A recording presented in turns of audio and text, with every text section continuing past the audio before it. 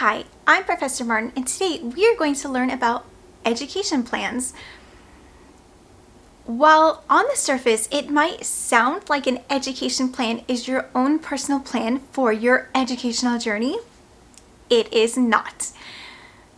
What it is a formal document published by every different educational institution that simply lets the public know what the requirements are to gain an education with them. Every single institution is going to be different, but every single one of them will publish their education requirements. There are 3 different kinds of education plans. There are certificate plans, if you want to get a certificate, and it's an option at that institution. There are degree plans, if you're interested in any of the degrees, and remember there are 4 different levels of degrees, and we covered those in the last video, but if you've forgotten, they are associate's degree, bachelor's degree, master's degree, and a doctoral degree. So there are 4. Okay? And then last week we have our transfer degree. So those are the 3 types of education plans that you might want to consider. Now, why do you care? Why do you care what the 3 are? Why do you even care? Why do you want to know what the educational plan is at different schools? Well, because every school is going to be a little bit different, and you really want to make sure that your own interests and goals are going to align with what the school is offering. If you are interested in a certificate, you want to look at the education plan for that certificate, right? The certificate plan to see what is required. If you want to get a certificate in lifeguarding, you want to know how many different things are you going to be tested on at that school? What are you going to learn? Maybe there's something very specific that you want to learn, and maybe one institution isn't going to teach it to you, but another one is. Or maybe there's something you want to avoid altogether. Maybe you want no part of one thing in particular, and you might want to research different education plans to see, can you avoid it? Is there any school within your means that you're willing and able to go to that you don't have to do this one piece of training that you don't want to do? When I was going through my emergency medic exploration, trying to figure out what school would be best for me and what training program, I knew that for some unexplainable reason, I always had this desire to want to learn how to deliver a baby. Not in the sense of like how an actual like medical doctor would do it, but just, you never know if you're just randomly in an elevator and it gets stuck and there's a pregnant woman and she panics and all of a sudden she's in labor. I always thought like I would want to be able to help her deliver her baby. So I knew that I wanted to learn, even if I never used it, which it has been many years, and I have never accidentally ended up in an elevator with a pregnant woman that went into labor, nor have I ever, there just aren't enough pregnant women around me that are anywhere near going into labor in a public place where I would be able to help her. But I feel like if it did happen, right, if I was just at the grocery store and a woman went into labor, I would be right there and I'd be very willing and able to assist. But it did take me quite a while to find a training program that actually taught that. And it's a pretty specialized skill. I know that a lot of paramedics learn it, but as an EMT, there was not a lot of training programs that I was considering that were in the general vicinity of me that did teach it. But how did I learn that, right? Is I pulled up the education plan for lots of different institutions that had emergency medicine training and look through the requirements for each one. As we discussed in the last video, in many instances, emergency medicine is a certificate course. You can go higher.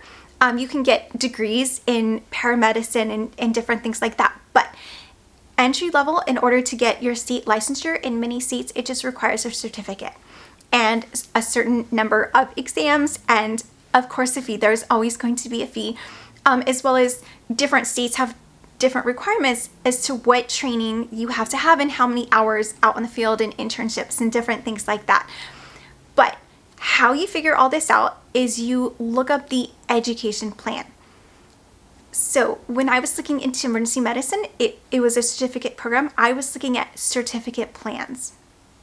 So I would go to 5 or 6 or more educational institutions, and I would look up their education plan under certificates, and I would just look, what are the requirements? What do you learn? How many tests are there? What is the cost, right? And you just explore everything that would be important to you and try to figure out what is best for you. What do they teach? What are the requirements? How many credits? How many hours, right? One training program might require 200 hours, right? Another might require 500 hours. And if you want to do more hours and you're like, yes, I will take the 500-hour course, great. If you want to get in and get out as fast as possible, maybe the 200-hour course is better for you. It is all very different based on your location and the different institutions. Also, they do vary from state to state. So just be mindful if you travel out of state for education, which I have done about 1 billion times. I will travel anywhere for some good education. But keep in mind that whenever you go back home, that the education requirements of the state might be a little bit different. So we've covered a certificate plan. Remember, there are 2 more. There's our degree plan and then our transfer plan. A degree plan is just like the certificate plan, but it deals with degrees. So remember that our 4 levels of degree are associates, bachelor's, master's, and doctoral. Those are our 4 levels of degree. No matter what degree you're looking into, you can be a high school student and you could be exploring, and you should be exploring, please do, all 4 levels of degree education, right? This is very important research and we want to do this as early as possible. Topic for another video, but it is just like a certificate plan. Is you look up the degree plan. If you're interested in a degree or if you're working towards a degree, you need to know the degree plan. Okay, now, if you find yourself in a situation where a college offers a couple of the classes towards a future degree that you might want, but they don't offer enough classes or a structured plan to offer you a full degree in that subject, you might be looking at a transfer plan. What does that look like? Let's say, for example, you really want a degree in theater arts, and the school that you're attending, maybe it's a really small college, or maybe you're planning to go there and you can find 4 or 5 maybe classes in theater arts, but they don't have a major in it and they don't have a full degree. They don't have any kind of minor in it. They offer just a couple classes, and that's very common, especially in the arts. But they might offer something called a transfer plan. What the transfer plans do, and they are really unique, is that they will set up a curriculum that will assist you to get started in this degree plan that you want that they don't offer, so that you can transfer both yourself and your credits that you've taken in that major and move them to a college or university or institution that does offer that degree.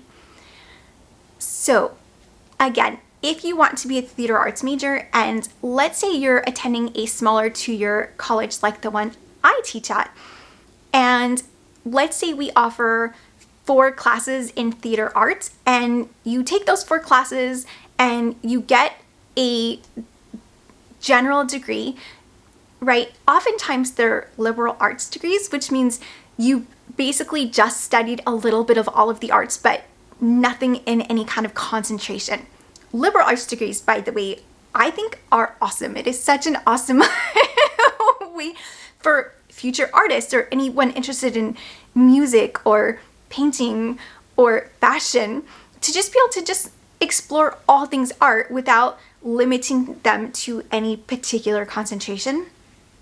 So this is really common in smaller schools, is they might have a set number or a very limited number of courses in that field, but They will work with higher level institutions, maybe your four-year universities, to set up a transfer program where the courses that you've taken will easily transfer into a theater arts, let's say a bachelor's degree of arts in theater arts. Okay, so your plan is to transfer to later get the degree you want. So you might start in a liberal arts degree at a community college and then transfer to a four-year university that does have an actual specialty in theater arts. Okay, so we've covered the three. We have, under the big umbrella of education plans, we have a certificate plan, a degree plan, and a transfer plan.